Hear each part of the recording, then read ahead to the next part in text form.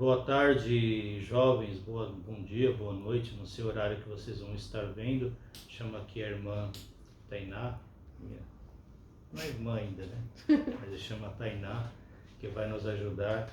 Eu recebi as vossas perguntas sobre a Santa Liturgia, né? A Santa Missa, e vamos estar aqui conversando um pouquinho sobre esse momento muito importante da nossa vida litúrgica, né? Da nossa vida espiritual.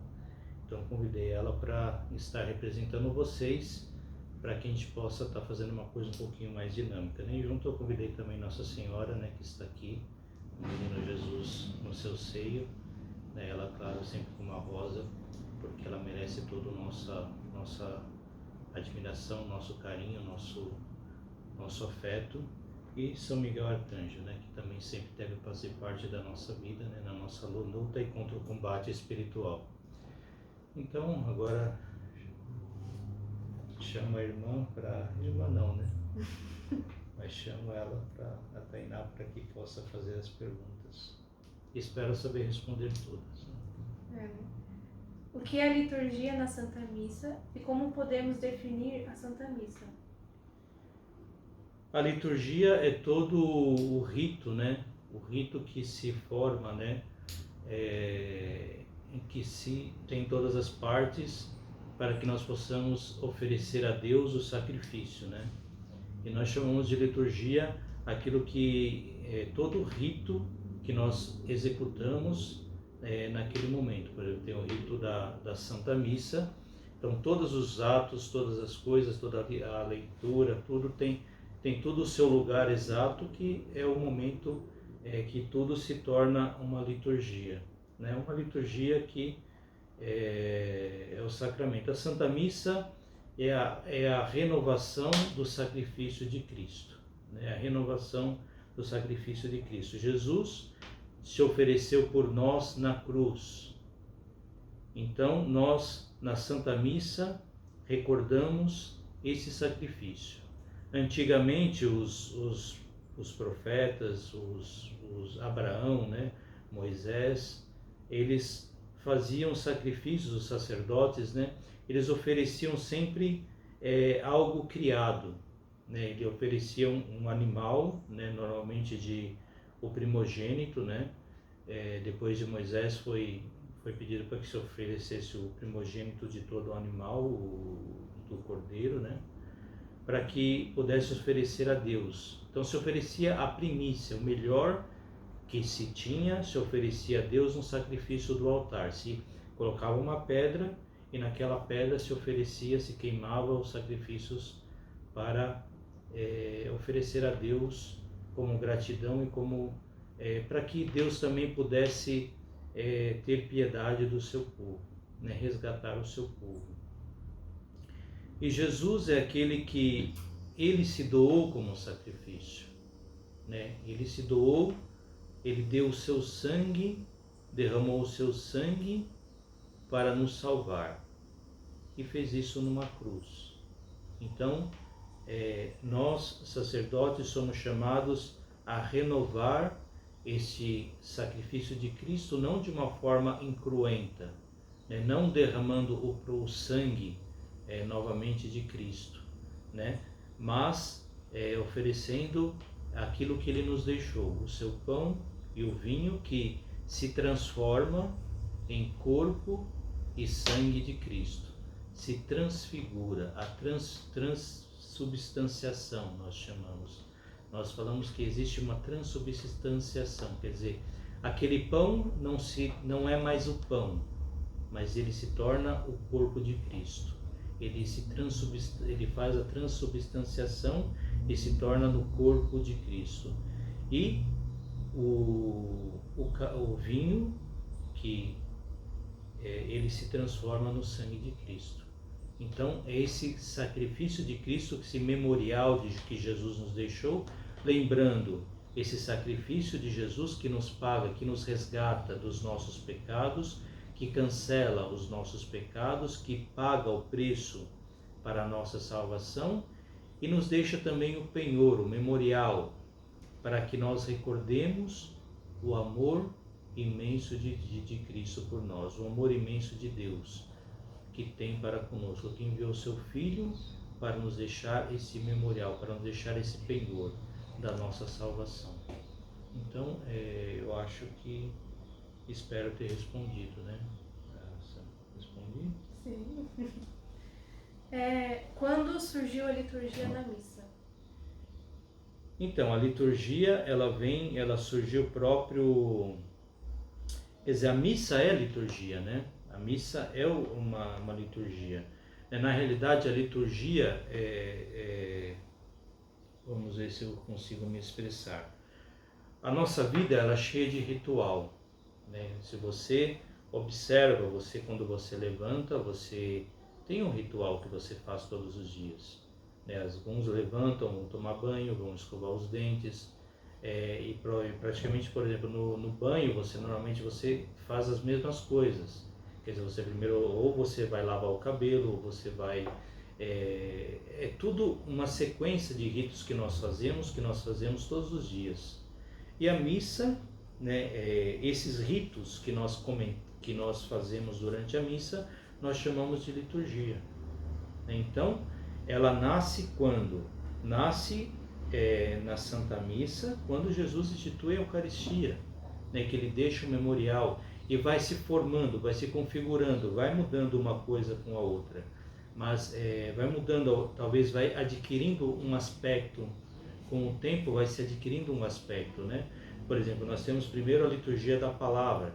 Essa liturgia da palavra, ela vem antes até de Cristo, porque nas sinagogas se tinham a liturgia da palavra, quer dizer, se liam a palavra e se explicava a palavra, né? E depois tinha a partilha do pão, né? Não antes de Jesus Cristo, com Jesus Cristo, aliás, tinha a partilha do pão na Páscoa, mas com Jesus Cristo ele institui essa partilha do pão, essa partilha do alimento, do banquete, né? da mesa.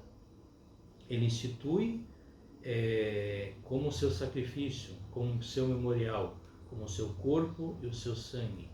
Então aquele pão não se é mais pão, mas é o corpo de Cristo, e o vinho se torna o sangue de Cristo. Ele não é mais vinho, ele é o sangue de Cristo. Apesar de que nos nossos olhos nós vemos e que é o pão, né?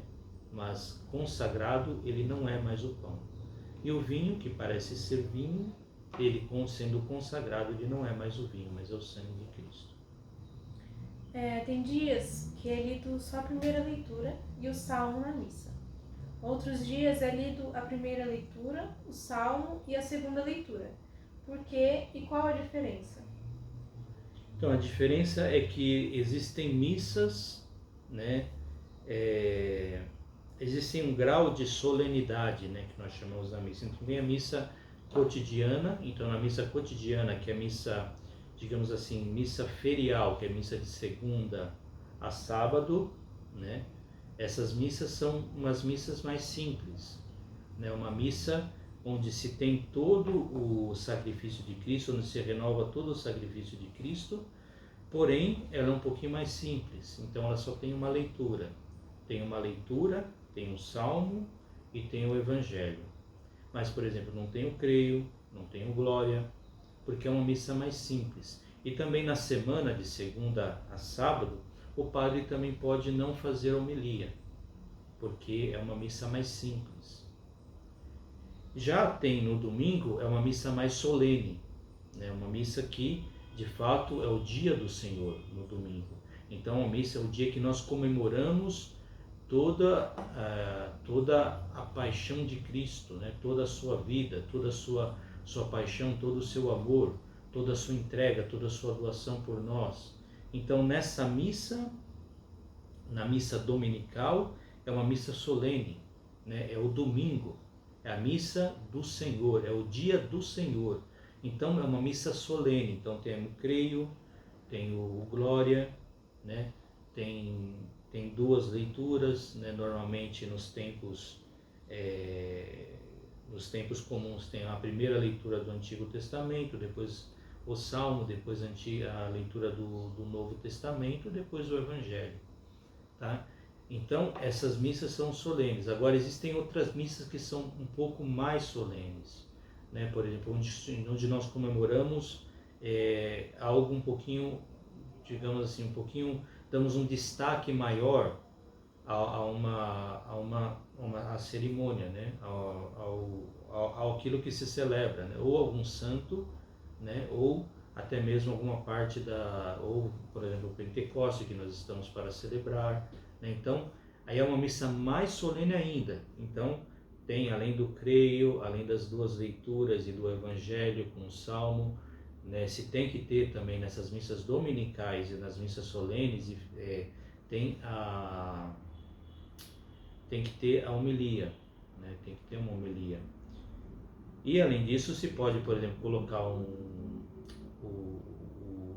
turíbulo, né? O incenso, se pode cantar umas músicas a mais, né? Se pode fazer tudo cantado, né? Por exemplo, uma missa do cotidiana, uma missa de semana, se pode cantar só o canto de entrada e o canto final, ou se pode até nem cantar, se for o caso, né? Mas normalmente uma missa solene se canta tudo, né? E às vezes até tem o coro para cantar, porque é uma missa que se devemos elevar mais a Deus, nos eleva mais a Deus, para comemorar e para viver aquilo que estamos celebrando, né?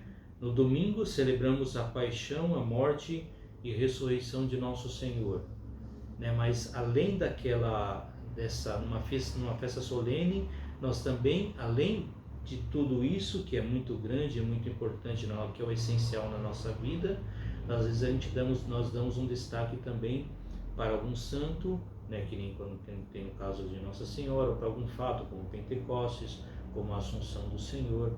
Então nós temos essas distinções. Agora tem também essas missas que são festivas. Quer dizer, a missa festiva, ela não é uma missa como um domingo comum, como um domingo que é já solene, mas não tem toda a solenidade, mas ela também não é uma missa solene soleníssima, onde se tem todos os castiçais, né, no altar, né, que numa missa solene o ideal é colocar 6 castiçais. Numa missa festiva se coloca 4, né, normalmente. Se pode colocar 4, ou se pode até colocar 6, mas se tem menos coisa. Por exemplo, às vezes numa missa festiva não se canta o Glória, não se toca, não se reza o Glória, não se canta também o Glória, às vezes o creio também não. Então tem essas diferenças segundo aquilo que nós celebramos e festejamos. Tá? Então tem a missa dominical, que é uma missa solene, mas tem uma missa festiva, que é uma missa onde se celebra um pouquinho a mais, se comemora um pouquinho a mais, se relembra um pouquinho a mais, se dá um destaque a mais na vida do santo, na vida daquilo que nós estamos comemorando, e tem uma missa solene onde se dá um destaque muito maior. Tudo isso para que a gente possa entrar na vida litúrgica, né? na contemplação da Santa Missa e viver melhor a Santa Missa e nos aprofundar no mistério de Cristo. Na missa, é correto os fiéis acompanharem em alta voz a oração por Cristo, com Cristo e em Cristo, a vós, Deus Pai? Não, essa oração é própria do sacerdote, né? Essa oração deve-se rezar apenas o sacerdote ou os sacerdotes que estão concelebrando, né? Porque o amém que nós dizemos no final, ele é tipo uma chancela, né? Quando dizemos amém, ele quer dizer, eu concordo com tudo isso, eu coloco a minha firma sobre isso que foi falado. Então é como se você repetisse, né? Então você fala o amém e fala convicto o seu amém, mas você não reza aquela oração, porque aquela oração é o sacerdote. Você se une ao sacerdote com dizendo amém, né? Porque é o sacerdote que eleva a Deus. Se você não entender, pergunta. Tá bom. Fala, não entendi, isso aqui está meio confuso. Tá bom. Quais são os tempos litúrgicos da igreja que não são cantados o Glória na missa e por quê? Então, aí é o que eu expliquei, né? Os tempos litúrgicos que não são cantados os Glórias, né? Aqui existe o tempo comum, né? Que é o tempo normal, né? que nós celebramos o tempo normal, o tempo que vai do primeiro dia, primeiro domingo comum, até o 34º domingo comum, que normalmente o 34º domingo comum nós comemoramos como o dia de Cristo Rei, né? E durante esse tempo comum existem os tempos litúrgicos, onde nós destacamos mais, onde nos preparamos mais para viver algum momento especial da liturgia, né? Por exemplo, nós, quando terminamos o 34º domingo do tempo comum, que é o domingo de Cristo Rei, nós iniciamos o tempo do Advento, né? O tempo do Advento, o que ele é? Ele é um tempo de preparação para o Natal, né? Onde tudo começou, né? Quando Jesus se encarna, quando acontece esse mistério da encarnação de Jesus, né? Que Nossa Senhora está aqui também, ela que carregou Jesus por 9 meses, né? E que deu à luz a Jesus, né? Quando ela diz o seu sim, e quando Jesus se encarna e vem à luz, né? Quando se dá à luz, quando tem o nascimento de Jesus, o Natal do Senhor, inicia toda a nossa salvação.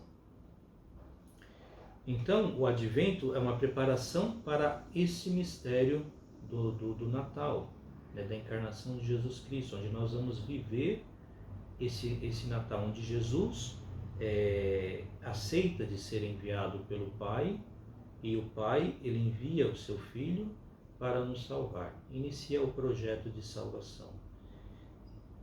E nesse tempo, é um tempo que a Igreja convida a ficar um pouco mais de silêncio, né?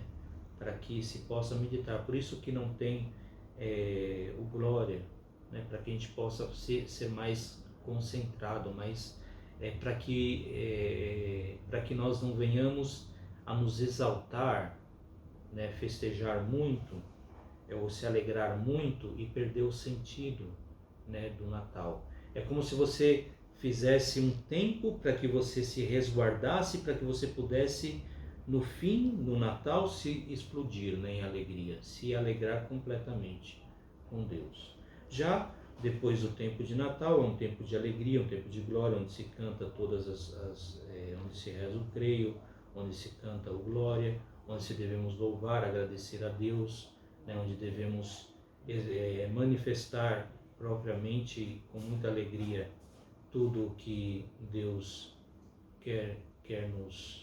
tudo que Deus nos fez por nós, né? Com o nascimento de Cristo. E depois desse tempo de Natal, começamos o tempo comum, e no tempo certo, com a quarta-feira de cinzas, inicia-se o tempo da Quaresma. O tempo da Quaresma também é um tempo de muita reflexão, de muita penitência, de muita interiorização, porque nós vamos viver aquilo que é mais importante na nossa vida: o sacrifício de Cristo, a ressurreição de Cristo. Nós vamos reviver com Ele toda esta etapa, né, da vida dele, essa entrega de Jesus que Ele fez por nós. Então, nós nos preparamos por 40 dias para vivermos com alegria a Páscoa do Senhor, né, para que nós possamos dar essa importância necessária para a Páscoa do Senhor. Então, no tempo da Quaresma é um tempo mais forte ainda do que o do Advento, né? Não devemos cantar que nem no Advento, se eu não me engano, se não me falha a memória, no Advento ainda é permitido você falar o Aleluia.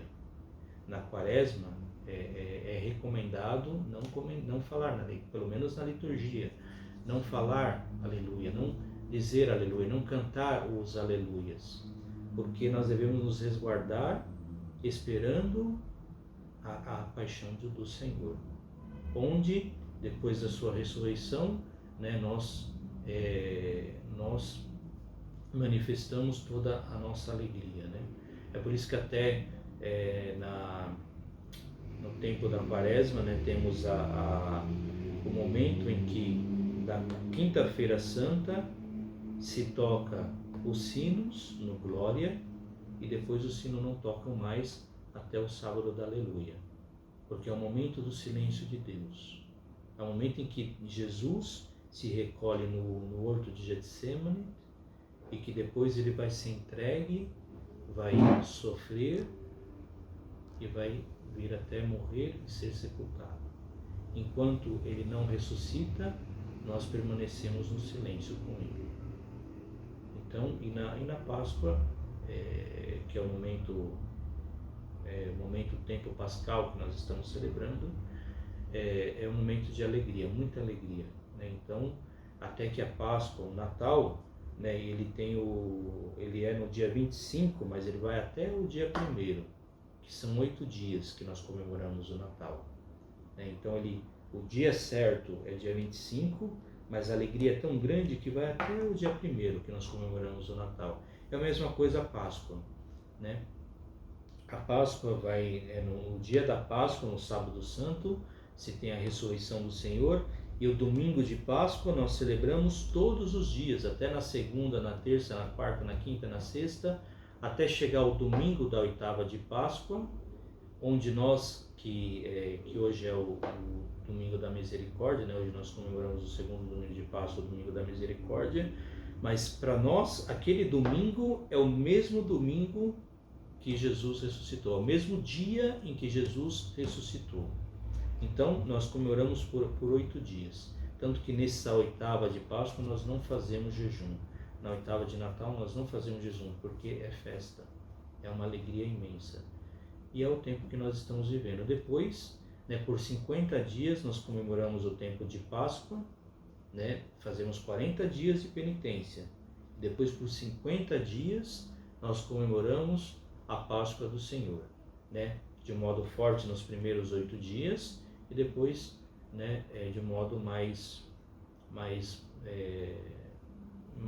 normal, né, digamos assim, um pouquinho mais moderado, mas sempre comemorando a Páscoa do Senhor, lembrando a Páscoa do Senhor e se preparando também para o Pentecoste. E depois retornamos ao tempo comum. Tá? Então são esses lá. Entendeu ou foi muito longo? Entendi. Ia falar, né, que o Senhor disse que na sexta-feira, até mesmo na sexta-feira da 8ª de Páscoa, não se faz jejum, né? Nós comemos carne, até mesmo na sexta-feira de 8ª de Páscoa. A carne é sempre bom evitar, né? Sim. A carne, na sexta-feira, né, é sempre bom evitar a carne, né? Porque é o dia em que nós recordamos a morte de Cristo, né? Então, ele doou o seu sangue, doou a sua carne. Então, a gente procura evitar de comer a carne, né? Apesar que no Brasil os bispos, por considerar que o povo é um pouco desnutrido, né? O povo passa fome, né? Então eles tiraram esse preceito, né? Mas nós, se pudermos e dentro do possível, né, nós trocamos por um peixe, né? Trocamos por um ovo, por alguma coisa que não seja carne, né? Mas se come, né? Se pode comer na 8ª de Natal e na 8ª de Páscoa. Falando em Páscoa, falando, né, em Advento, a música é importante na Santa Missa e por quê? Não, a missa é sempre importante, né? Porque nós devemos louvar a Deus com tudo que somos e com tudo que temos, né? Também com o nosso trabalho, também com o nossa alegria, né? Devemos manifestar alegria. E o canto é também manifestação da nossa alegria, né? Tanto que tem aquele ditado que quem canta reza 2 vezes, né? E de fato o canto ele é uma expressão da alegria, porque o canto ele deveria ser uma expressão do interior, do nosso interior, daquilo que nós temos dentro de nós.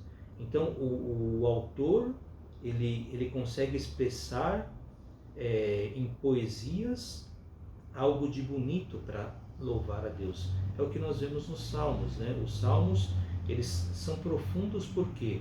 Porque às vezes você está rezando os Salmos, você está cantando os Salmos e você parece que aqueles Salmos está dizendo aquilo que você queria dizer para Deus.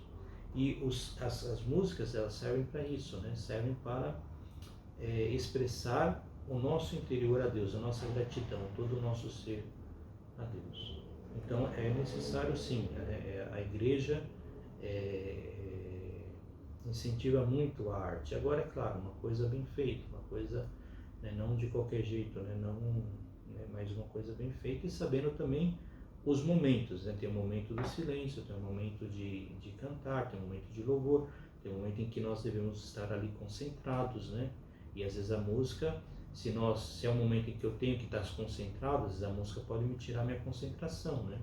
Então existe a liturgia própria para isso. Existe um momento em que se canta, um momento em que se louva, um momento em que se a música deve levar mais para uma interiorização, para viver aquele momento, né? Que nem, por exemplo, o ofertório, que deve ser uma música voltada para que a gente possa ofertar, né, o nosso ser, principalmente a Deus, e assim por diante. Qual é a importância dos leitores na missa? Então, na liturgia, existe a liturgia da palavra, a liturgia eucarística, né? Então, na liturgia da palavra, porque primeiro a palavra, para a nossa conversão, a palavra entra pelos ouvidos. Né? Quer dizer, não adianta eu ter a Sagrada Escritura se eu não leio, ou se não tem ninguém que pronuncia para mim. Então é muito importante a leitura na Sagrada, durante a liturgia, porque na realidade não é lida, as leituras não são lidas, elas são e deveriam ser proclamadas, né? Elas são proclamadas porque assim o povo, essa palavra chega aos ouvidos do povo. É uma liturgia onde você pega um leitor em que ele lê e às vezes não lê bem, ou às vezes lê rápido, e às vezes lê até desatento, às vezes até erra as palavras. As pessoas que estão ouvindo, elas não vão conseguir entender nada da leitura, né? Já se a palavra é proclamada, né, lida bem, em voz alta, dando as entonações certas, essa palavra ela chega aos ouvidos da pessoa, e não só chega, mas ela entra, penetra, e essa palavra, às vezes uma outra coisa, a pessoa guarda no seu coração. Então é muito importante, porque essa palavra, a forma como que os leitores leem, determina também a forma como que as pessoas leem, aliás, escutam essa palavra e guardam essa palavra no seu coração.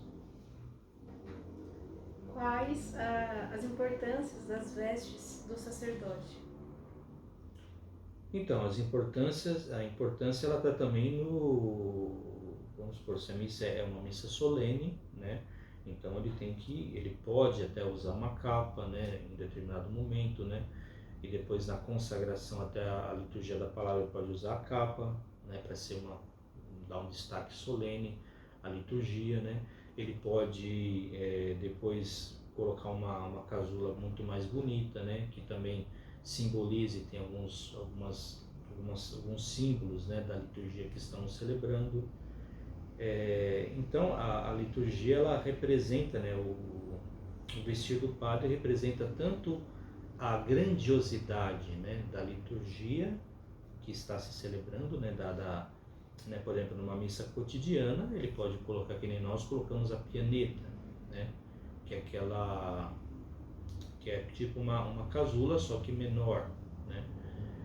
Tem padres já que usam só a estola, né, mas nós possamos usar a pianeta, mas eu poderia, por exemplo, numa missa cotidiana, celebrar de estola. Mas uma missa solene seria bom colocar pelo menos uma casula, né, para dar mais importância, né. Agora existem as cores, né, as cores que dependem também da liturgia. O tempo litúrgico, no tempo comum, o verde representa o tempo comum, né, que é o tempo da esperança. O tempo de Páscoa e de Natal é o branco ou dourado, né, que representa a divindade, a alegria, né. E o roxo representa o tempo do advento e o tempo da quaresma, né? E também no tempo do advento, no tempo da quaresma, nós temos o domingo letare, quer dizer, o domingo da alegria. Por quê? Porque onde nós vestimos o rosa, normalmente, que é como o rosa seria um tom mais alegre do roxo, porque que é sinal que está chegando o tempo do Natal ou o tempo da Páscoa. exista próximo. Então nós colocamos o rosa para isso. E quando celebramos algum mártir ou alguma festa mais, colocamos o vermelho, né? Tipo paixão, a exaltação da Santa Cruz, né? Então é vermelho, né? Algum mártir que deu a sua vida por Cristo, nós colocamos o vermelho, né? O Espírito Santo também é vermelho porque é forte, né, na nossa vida. Então são essas as diferenças. Não sei se é isso que você gostaria de saber. Sim, sim. Quem deixa de assistir à missa em dia de preceito, sem ter um motivo grave, que pecado comete? E por quê? Então, a missa dominical, né, ela tem todo, como eu disse, é uma missa solene, né? É uma missa onde nós comemoramos a paixão de nosso Senhor Jesus Cristo. Então, você faltar numa missa dominical, ele recorre em pecado grave. Por quê? Porque a pessoa que falta numa missa dominical, ela fere o primeiro mandamento da lei de Deus, que é amar a Deus sobre todas as coisas. Como é que eu posso dizer que eu amo a Deus sobre todas as coisas se eu não vou nem na missa no domingo, né? Se eu não vou nem agradecer a Deus no domingo, né? E o dia para agradecer é o domingo. É o domingo, porque é no domingo que Jesus ressuscitou. Não foi outro dia, foi no domingo. Então o ideal é no domingo, a não ser que a pessoa trabalhe, não tenha como ela participar da missa do domingo. Aí se tem as exceções, né? Se pode conversar com o padre se tem uma exceção, né, dele participar de uma missa um outro dia, né? Mas esse outro dia que ele participa, ele deve participar como se fosse o domingo. Se deve se preparar como se fosse o domingo. Para ele aquele dia é o domingo dele, tá? Então é grave faltar a missa ao domingo, tá? E o único motivo que nos permite de faltar a missa sem cometermos pecado é por motivo de doença nossa, que nós não podemos de fato ir, né? Porque aí nós não podemos cumprir uma coisa que nós não temos condições, né? Quer dizer, se eu não tenho condições de sair de casa porque eu estou doente, de levantar da cama porque eu estou doente, né, eu também não devo fazer, não tenho como cumprir uma coisa que eu não consigo, né? Então é claro, eu estou livre. E também se por acaso eu estou acompanhando o enfermo, que não pode ficar sozinho, né? Estou assistindo o enfermo. Então, mas aí também aquele meu domingo, aquela minha assistência para o enfermo, eu devo ver no enfermo, seja ele meu pai, minha mãe, seja um amigo, seja quem for, eu devo ver nele Cristo, né? Porque eu devo santificar o meu domingo e oferecer aquele meu sacrifício de não participar da missa, mas por amor àquela pessoa, por amor à vida humana, né? Oferecer meu sacrifício a Cristo, enxergar Cristo naquela situação.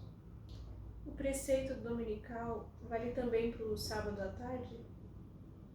Então, depois do Concílio Vaticano II, né, foi aberto para que a missa dominical já se celebrasse domingo à tarde. Aliás, sábado à tarde, né? Então a missa do sábado à tarde, né, no finalzinho da tarde, já é a missa do domingo.